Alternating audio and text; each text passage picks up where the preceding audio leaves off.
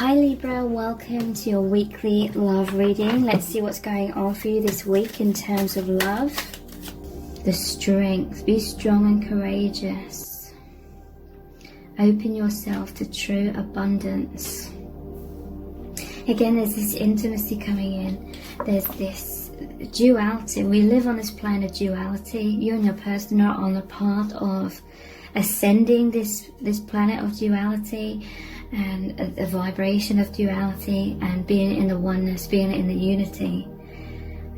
So in order to do that, there will be an interplay. It's not about rejecting the shadow side. It's about being the all and accepting, loving that there is like a shadow side. There is going to be illusions at times within self, within the other. So there's like needs to be this acceptance of self and the other. Don't blame self for falling into shadow. Don't blame the other for falling into shadow. It's natural, you know, that's what happens here.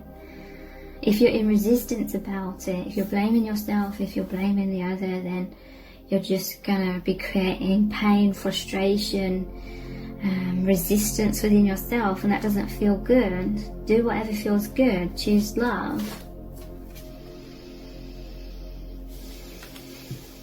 And many of you, you're moving into that, and you're just feeling this closeness. It's like you're on the same page, but you're also both like the parental role and the child role, okay? Within yourselves and with each other. You both have a part of you that's still learning. You have a part of yourself that's really wise. You both have that. And you both help the other. And you're both allowing yourselves to be helped by the other.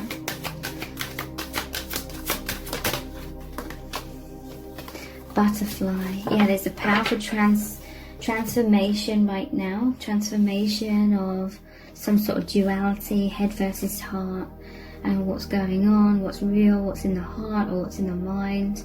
There's a transformation of that duality back into oneness. Be ready to transform with wisdom. So yeah, there's a powerful learning that's continually happening through these cycles. And I'm just feeling a sense of joy, excitement. Look at all these sparkles, and yeah, spreading your wings. Whatever recent struggle where you're stuck in that chrysalis. You're coming again, you're ascending that, transcending that right now, and spreading your wings again, and just feeling euphoric, feeling the love like pulsating really intensely.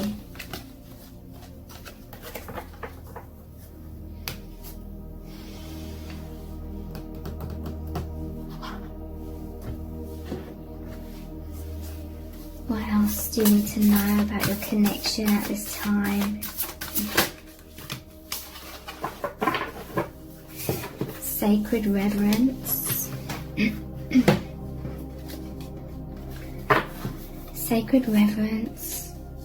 Quietening the mind. Awakening genius. And the oracle's gift. You have so much reverence for each other. You feel like you're the lock and the key, like that perfect fit that opens the heart within both of you, because there's two hearts here. The lock and the key.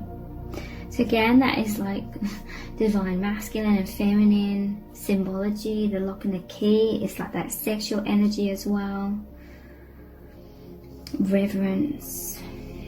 It's the union of the 3D and the high dimensions as well.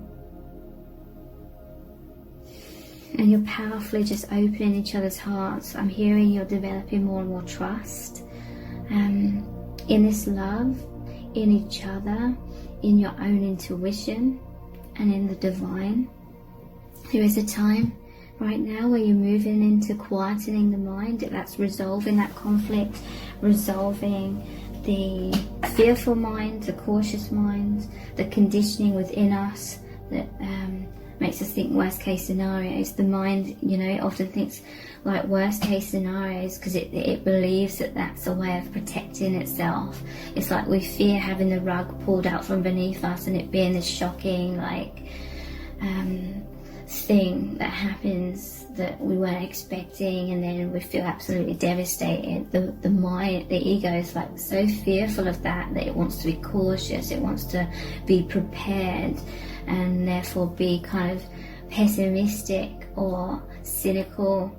That again is our conditioning, and it's a fear of like a belief that we won't be able to cope if something's suddenly thrown or cast upon us that our mind deems to be bad or wrong or painful. Not sure where I was going with that, but quietening the mind, quietening that aspect, coming into more faith, your connections moving into more faith and therefore flow.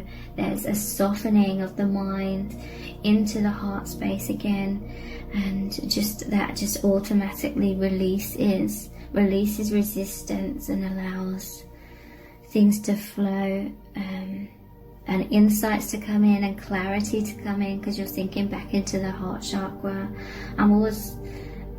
It's a couple of times in this whole reading and in this all three sets of cards, I'm getting the image of like in Harry Potter there's a plant, I can't remember what it's called, and they fall into it and then it's like grabbing them and sort of like restricting them, the more they struggle, the tighter this plant like grips them. But they say like relax, and then it's like loosens its grip, and then you can escape from it. It's the same as that. That you're moving into like a realization that you're struggling with the mind. The mind is like those plants, those roots that are trying to ensnare you, and the worse you think, the more you panic, the worse it gets. That's like manifestation, okay? That's like symbology of manifestation. Fears can manifest more things that make us feel like we're being restricted, and things can get worse. But when we remember to surrender the thoughts, quieten the mind, come into stillness, surrender, trust the divine, then everything flows again, everything works itself out, or clarity comes in. We totally change our vibration basically into love and peace, and then we manifest more of love and peace. Choose love. That's the choice of the mind. You can choose fear or love. That this is what you and your person are continually learning, being reminded of like every step of the way. And it's awakening more and more levels of this genius of your soul truth. The oracle's gift, your intuition, is opening your third eye, which is really your first eye, your true eye, truth seeing eye is opening massively as you're coming back into the heart chakra, heart space, where there's all this union, and it feels like a cup of tea. It feels the energy of your connection right now as you sink into the heart space again. It feels like that cup of tea. It feels welcoming. In the UK, a cup of tea is a very cultural thing about family, especially like meeting your family, going to your family's home, having many cups of tea throughout the day sort of thing. It's that comforting, relaxing, coming home, feeling good, being in love, in the heart space kind of energy. That's the warmth that is coming into your connection again, or you've just moved into that again, and you're really feeling that. You really feel the person's presence, because when someone or both of you are in the overactive mind and the fears, you feel this distance. You can feel kind of cut off, or sometimes you know that you're in your mind, you're in its grip, you're stuck in those roots that are tightening all around you, your thoughts, and it manifests in more things to be fearful of, and it's that vicious cycle. And sometimes you know that you're the one that's got ensnared in that, and you're trying to free yourself from that, but even though you can know that you need to just relax, the mind can be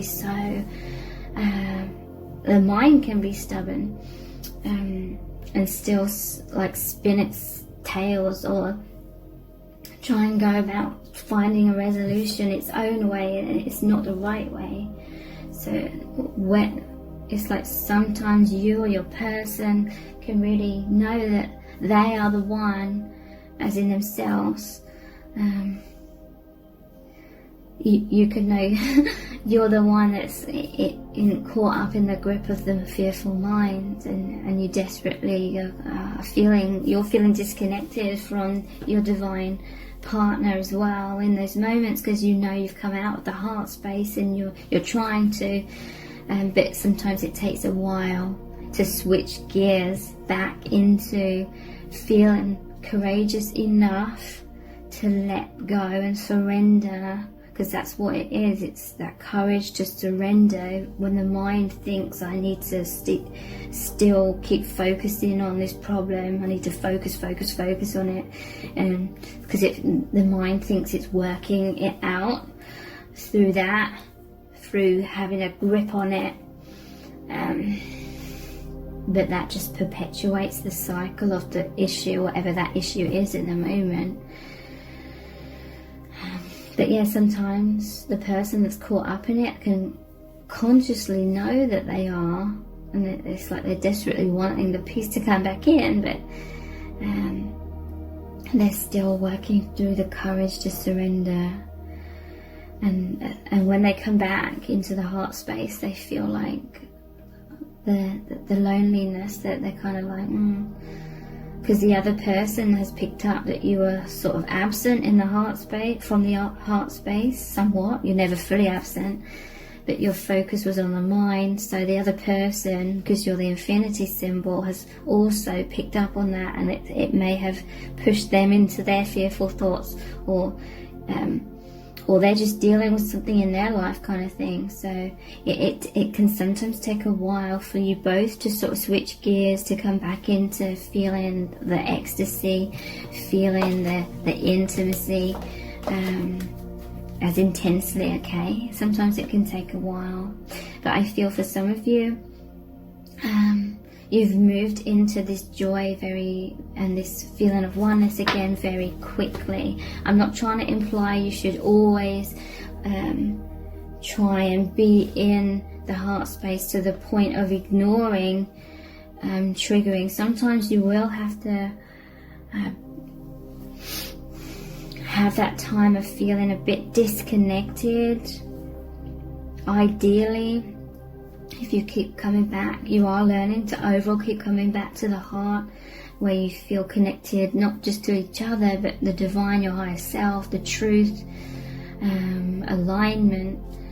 But what I'm trying to say is, don't beat yourself up. Don't be in resistance thinking, I mustn't disconnect too much and be in the mind too much, and I have to stay in the heart space. Yes, that's ideal, but if you're in a resistance and forcing yourself to do that because you're blaming yourself, then that's just adding blame and density to it. Don't blame yourself. Don't beat yourself up about any of this. The message here is just be mindful. Try and remember and be like, okay, I'm human. I made this little mistake of falling back into the mind. That's okay. That's normal.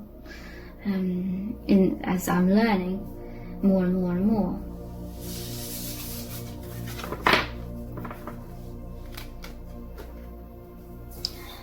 Okay, so I'm going to finish this reading with a Rumi Oracle card. It's going to be a powerful message from Spirit. What do you need to know about your connection at this time? What's going on in your divine union? What's Spirit's advice for you on this part of the path that you're currently on? We have Dance of the Divine Feminine. That's interesting because in set of cards number 2, I believe the card which came out was 41, and then I saw on the next page Dance of the Divine Feminine, and I just thought, it's been a while since that's come out, and now it has in set of cards number 3.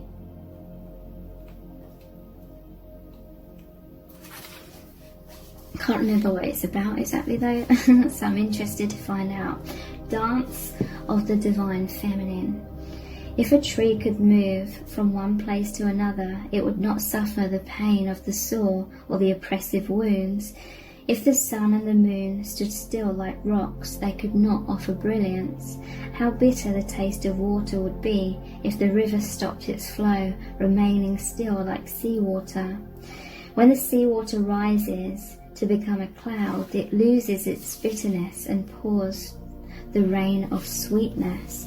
I've given you only a few examples. You can figure out the rest. Break away from the self and enter the kingdom of love. How can your feet bear to be still when the music is so lush and inviting? How can you hold yourself back from the tide of love when the horizon looms so vast and exciting? How can you not arch your back and respond with ecstasy to the lover's touch, saying in absolute submission, yes, more. You are made to move and grow, to love and flow. Even mountains change. Surrender the stodgy ways of the mind and become willing to dance to the great orchestrations of love. You may feel unsettled, beloved, as though the ground beneath you is not so solid. You may touch it to see, is it moving? Of course, it is hurtling through the skies, spinning, tilted on its axis. It's amazing you aren't passed out on the floor in utter dizziness, yet you stand there imagining you have a choice of not moving. What funny foolishness. Let us laugh about it together. How can you even imagine it? Only through some misplaced fear. It is such a small craziness, really. You can cast it off, that small crazy fear. Let it return to the Earth Mother to become fertilizer for the far grander and more exciting insanity of divine love instead. Give up that tiny insanity in favour of the greater craziness of love. You cannot be unmoved by it. The rhythm of life will get you shaking your hips eventually. How could you not become entranced by the gleaming dance floor, shimmering with possibility and invitation? This oracle comes to you with guidance. You may feel as though your life may feel as though it is being tipped upside down. Perhaps you feel as though the great beloved, in a feisty mood, has grabbed your ankles, is holding you upside down and shaking you wildly until your skirt is over your head, or the pockets of your pants become freed of their contents, keys and wallets dropping to the floor in disarray. Your hair is messy, your bottom is in the air, and your sense of orientation is nowhere to be found. Blood is rushing to your head, and goodness knows you just want to be put down to have a moment to come to your senses.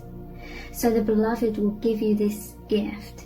Don't imagine it will last for too long. The great beloved esteems you capable of so much more than being sure-footed and sensible. You are capable of more whirling and stumbling whilst inspired by the music of the spheres. If you just accept the great invitation to dance, there won't be so much roughhousing going on. It won't be needed because your hair will already be in a mess, your blood will already be pumping, and you'll be sweating, laughing, smiling and dancing. The great beloved will be alive in you, which is all that grand seducer ever wanted in the first place, even with all the jokes and horseplay. Disarrayed and dishevelled by the Divine Beloved, you are able to break out of a too ordinary world. You will explore the delightful consequences of rocked boats, upset apple carts, being swept away by love as you dare to dream bolder and wilder dreams for yourself and the world. There is bigger magic for you to weave this lifetime. Prosaic priorities inherited from the world are stuff and nonsense. It is the priorities of the heart that matter to you. If you are ever to right yourself whilst the Beloved is tipping you upside down like a soaring bird in most impressive aerial dynamics, it will be through establishing right priorities, the priorities of your own heart. So ask your heart what matters most and attend to that. Soon you'll be able to find your orientation, even if everything you have once held onto appears to be shimmering and insubstantial, a mere dance of light rather than solid ground. This will become so easy for you because your orientation will flow from within, from the heart, and no matter what shifts and changes take place around you, your center will remain strong. This is what the Beloved wants for you. Such peace and relief it shall bring to you. But perhaps some shaking about is required first, in case you are reluctant to give up some mainstays, unaware of how much they drain life away from your heart center. This oracle brings you this message also. There is something you are holding on to, a person, a place, a thing, a belief, a vision, and you need to let it go because it wants to grow. It may grow and change into something utterly different, or it may grow into exactly what you are imagining. Whichever outcome, growth is happening, and you'll find you enjoy the way much more with greater flow and support and less bashing of your head against the proverbial brick wall if you can let it happen. Don't worry if it seems as though your world is coming to an end or you are losing something you once loved. This is just the shaking about of the Great Beloved to lead you into a deeper, sweeter dance of divine being and becoming. Put your focus into your heart and realize you are more than ready, realize you are more ready than you think.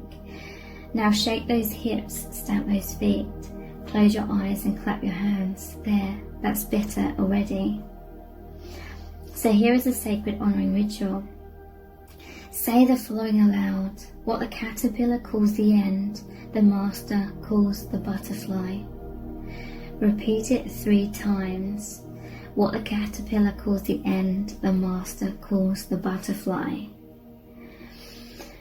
Repeat it 3 times, or however many times feels necessary for you at some deeper part of your being to really believe in what you are saying.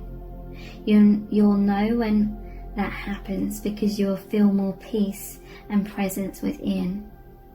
And then you will have completed your sacred honoring ritual. So I really hope this reading has resonated really deeply with you. Thank you so much for joining me here. I really do appreciate it. Take care. Bye.